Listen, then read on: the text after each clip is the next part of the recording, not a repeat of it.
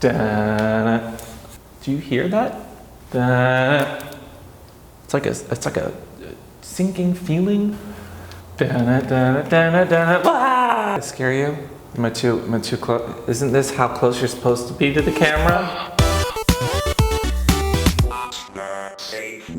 Hello and welcome back to What's the Safe Word?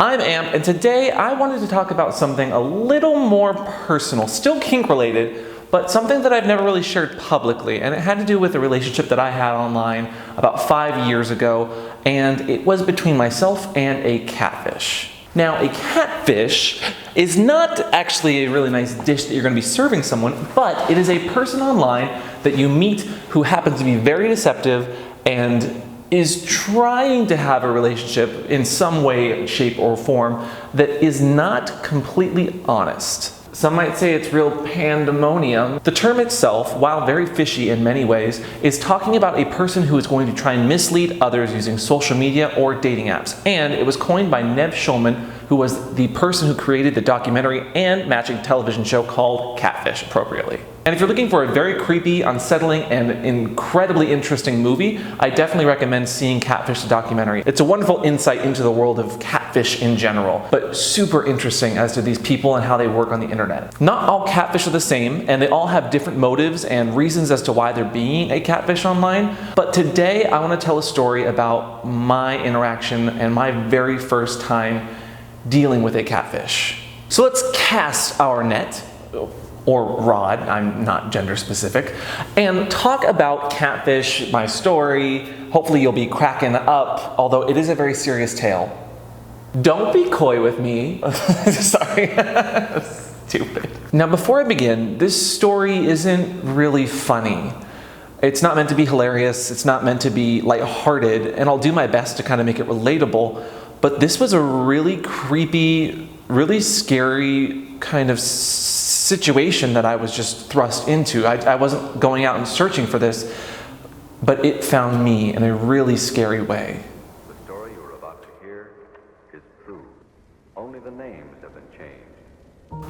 My horror story started when I was 22. I had just gotten out of a very long-term, my very first very long-term relationship of about 3.5 years. But I was also single and ready to mingle.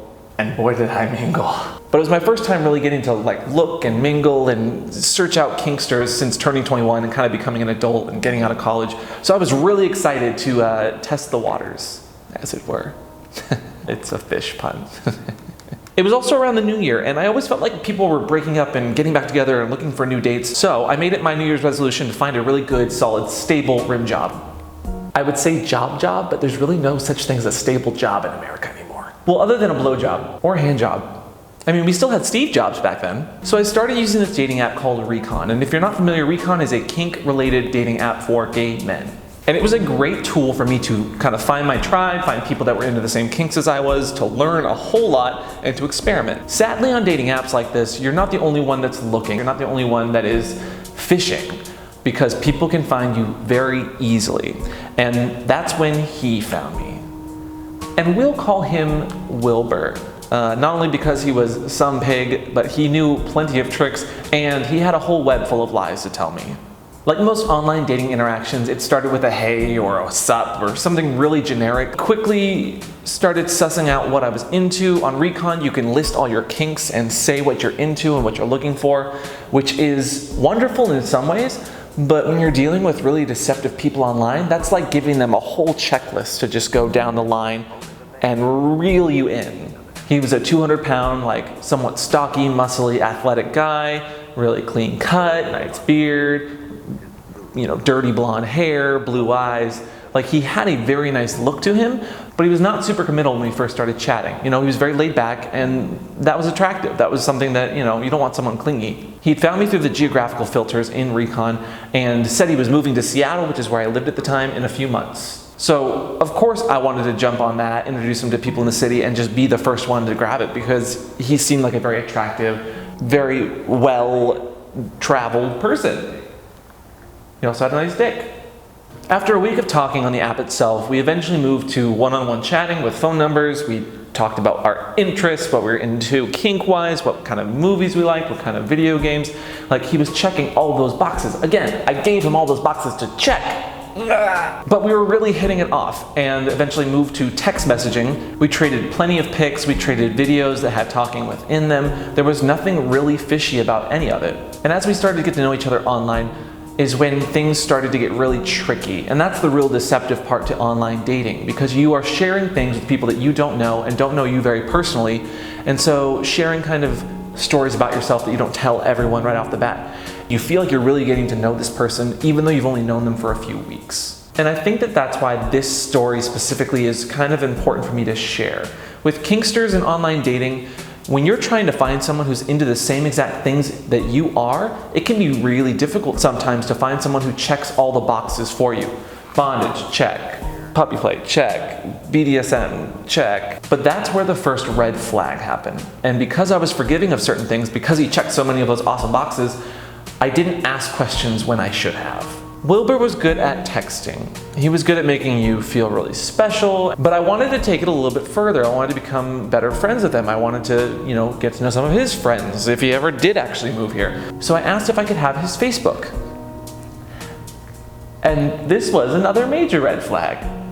He didn't have a Facebook.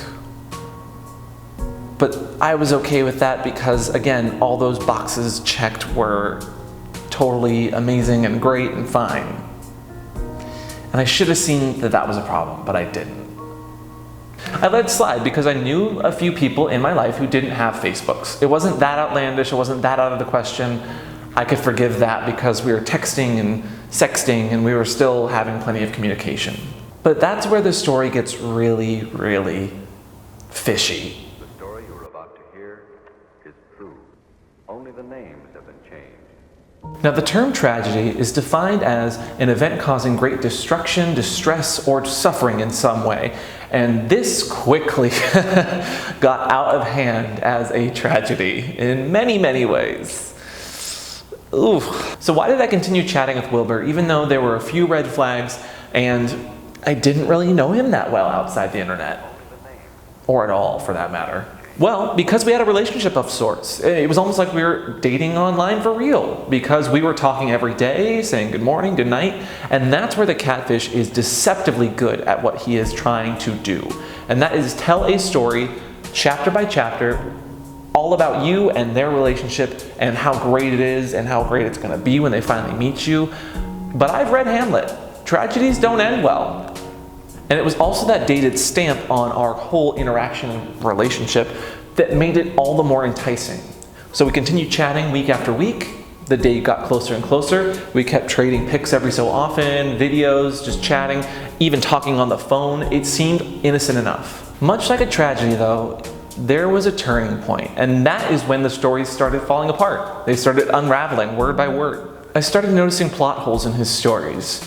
I started noticing character flaws and holes. And I'm usually fine with holes, but not in his stories. And while the character of Wilbur was great, grand, sexy, he started becoming disillusioned as I saw more and more inconsistencies in his character.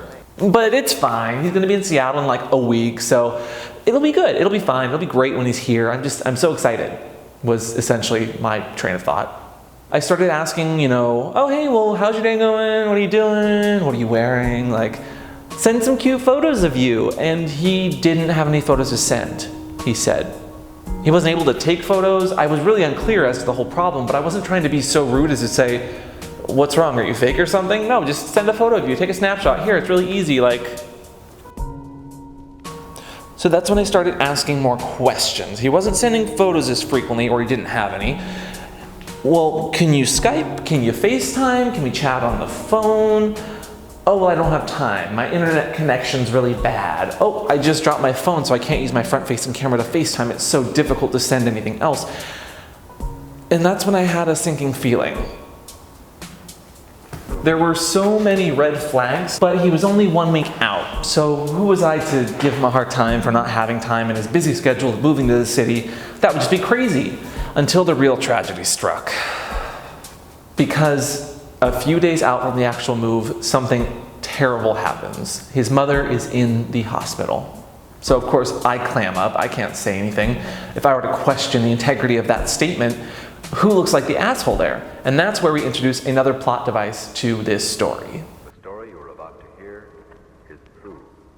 Now, for playing a game of poker, the catfish has an entire handful of victim cards, and they love to throw it at you whenever you're being irrational or unfair to them. No matter how crazy their story might be or can get, you will always be the villain in this, because they are trying to hide and cover up all their lies and their plot holes and their stories that aren't true by making you out to be the bad guy.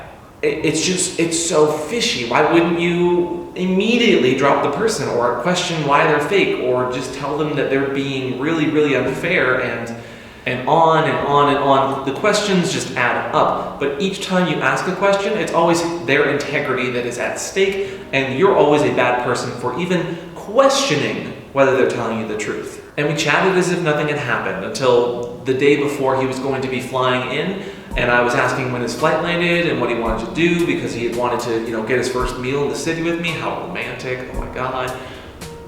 But then he disappeared. Surprise! I mean, no one's surprised by that because he's fake. And by that time, I kind of sussed out that he's probably not a real person. But that doesn't change how emotionally invested I was and how much time I'd spent talking to him and how close I felt to this Wilbur that probably never existed. But God damn it, that doesn't change how disappointed, sad, upset. It was tragic. Not only the situation, but I just felt like I was really stupid. And it would have been fine if it had stopped there. But I think you know that it didn't. The story you are about to hear is true. Only the names have been changed. I'd like to think that people that catfish get something out of it. Like, there's something that they're getting out of that situation that they're not getting anywhere else. I was able to give them a connection or give them something that made them happy or horny or just feel good about themselves. But why does it have to be at my expense or at the expense of the person that's getting catfished? It just really feels shitty. Even though they know it's not real, the catfish knows it's not real, I imagine that they're getting some sort of endorphin high or almost like a drug-like feel out of this. Connections, feelings of being wanted, maybe even a sadistic high from deceiving someone. As gross and disgusting as that sounds, I imagine that they're enjoying this in some way. So a year down the line, it didn't surprise me to see a message from Wilbur show up on my phone. It popped up and I just, I didn't have any words for a long time. I didn't want to respond. I shouldn't have responded. I'd moved on for the most part and I hadn't really thought about this guy for a year, a solid year. It was him coming back out of nowhere and chatting with me that brought up so many different emotions: rage, hate, anger, but also hope in a way. Like, maybe I'll actually meet this guy and I'll actually get closure. Like, closure was important to me for some reason for this person who I still didn't know if they were real or not. I'd come to terms that he was probably a catfish. I'd learned what that was by that time, and I knew what signs to look for, but I was still kind of curious what the fuck was up. So we chatted. I was very reserved and very cautious, but he came back and he said, he was sorry about the distance and not reaching out. And I was like, what the fuck? Who does that to someone? Who just disappears for an entire year? And he said, well, I went through a really hard time, of course. I'm the victim, of course. So of course his reasoning for disappearing was that he contracted and became HIV positive. So of course I can't outwardly be angry at this person because that makes me feel and seem like a dick. I was over him and how he made me feel. I don't think he was quite over me because he wanted to try and pick things up where we left off. And I didn't want to. By that time, I had moved on and I had had a boyfriend who I was very happy with, and we had a really good relationship that included King. And he didn't respond too well to that. A catfish not getting their way, they go from victim mode to attack mode very quickly.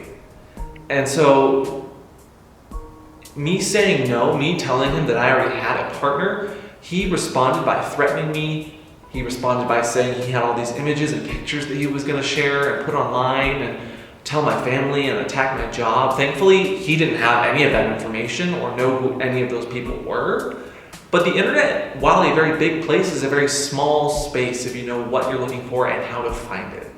And then he just disappeared again. I never heard from him, at least not directly. I started seeing things pop up on Tumblr and Twitter with my actual sensitive material, with images of myself in, different forms of nudity, because I'm a very sexual person and he had those pictures and images. And so I was tired of this person trying to control my life, who I didn't even know and didn't know if he was real or not. So I thought to myself, what information do I know about this person and make them stop? All I have is his phone number, which who knows if that's real or fake or actually connected to an account of some kind. An account. Phone numbers. Facebook. He wasn't on Facebook, but that might not be true. And that's when Facebook Messenger started actually connecting real phone numbers to profiles on Facebook. That's where you had to have a phone number somewhat attached to a profile in order to use Facebook Messenger. I got ya. It was at this time that I found his actual Facebook. I found a real name that was not Wilbur, but was someone located in the same area Wilbur had been in, and seemed to fit some of the boxes that we had chatted about. I found his profiles on Recon, I found his profiles on Twitter and Tumblr, I found friends that he had on those accounts, and I just, hey, I asked some questions. Do you know this person? Are you chatting with him? I'm kind of worried. And their responses would always be, no, I've just been chatting with him. We're gonna have some sort of kink relationship. He just disappeared. It was really weird. And this, it'll never surprise me what some people think kids my age, I'm like 27, what people my age don't know how to do on the internet. We are very smart. I found 4 or 5 people that Wilbur was actively talking with, some of them still talking with, and we were able to put together tons of very, very personal, private information on this guy that he had told each one of us in little bits and pieces, but we were able to actually put together and verify using the internet.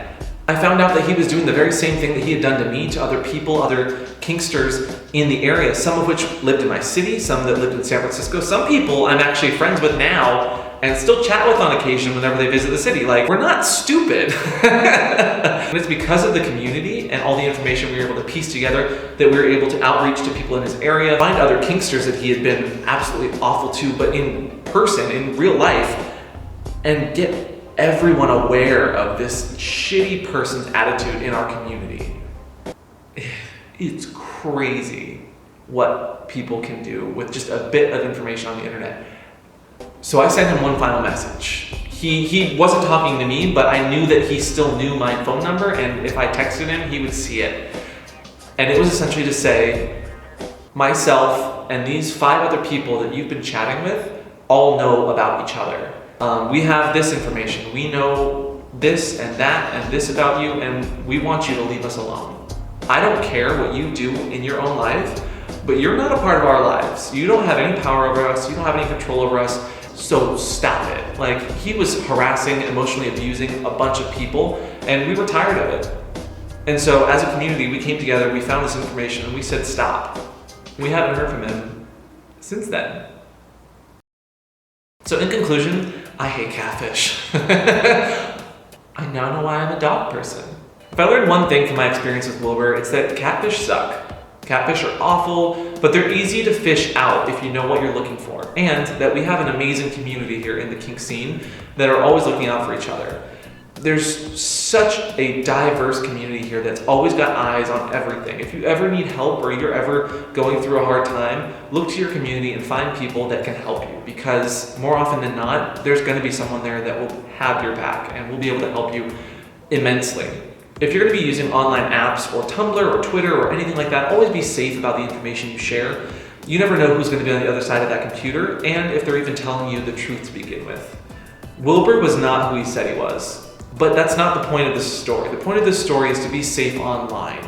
Catfish are going to be around, they're going to exist, and they're going to suck. Some things to look out for when you're online: if a random super attractive person that checks all your boxes comes along and just seems perfect and is moving to your city, don't talk to them. And just help other people become aware of catfish. If they seem to be in a really weird relationship, let them know that catfish are a thing. But most importantly, if you're going to be involved in kink whatsoever, whether it's online dating or in-person interactions, always have a safe word. And today's safe word is moxie. Because, you know, kinksters have real moxie. To put up with catfish, and that's from Matt over on Patreon. Thank you again, Matt, for being a wonderful patron. If you'd like to become a patron yourself, links are going to be down below. So, leave a like for this video if you enjoyed this kind of story time. Leave a comment down below if you've ever encountered a catfish. And always be safe online, guys. Really, it's important. And we'll see you guys next time. Bye. Moral of the story, don't eat seafood. Too fishy. Even brief, the amount of prep that goes into it makes me clam up. I'm a little like allergic. What I did learn from this situation is, you know, keep your friends close, keep your enemies closer.